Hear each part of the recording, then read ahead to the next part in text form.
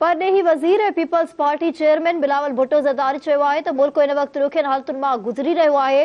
पाकिस्तान खे बि ॿियनि मुल्कनि वांगुरु मुख़्तलिफ़ चैलेंजिस आॾो आहिनि। इस्लामाबाद में मुक़रर सिफ़ारतकारनि जे मान में ॾिनल अफ़्तार डिनर तक़रीब खे ख़िताब कंदे बिलावल भुट्टो ज़रदारी जो चवणो त ॾुखिये वक़्त में दोस्त मुल्कनि असांजी मदद कई।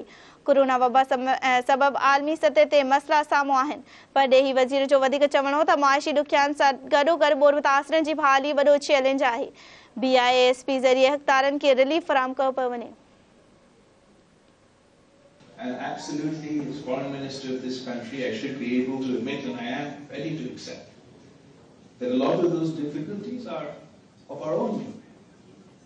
Some mistakes that we, as the collective we, that as far as economic policy, etc., may result in. I often, in our speeches to Parliament, we refer to one of the former government's decisions.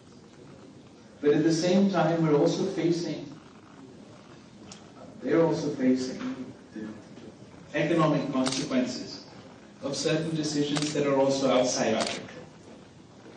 And though that is true for people in my country, and that's true for people in your country as well. For example, we are facing the consequences of this devastating climate catastrophe, and the people who are suffering as a result of that didn't necessarily play such a role in the climate crisis that resulted in this catastrophe.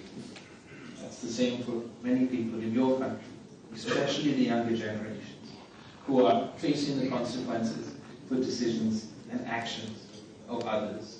There's conflict, or there's the consequences of the COVID pandemic, which all of us are still facing today, the economic consequences of the COVID pandemic.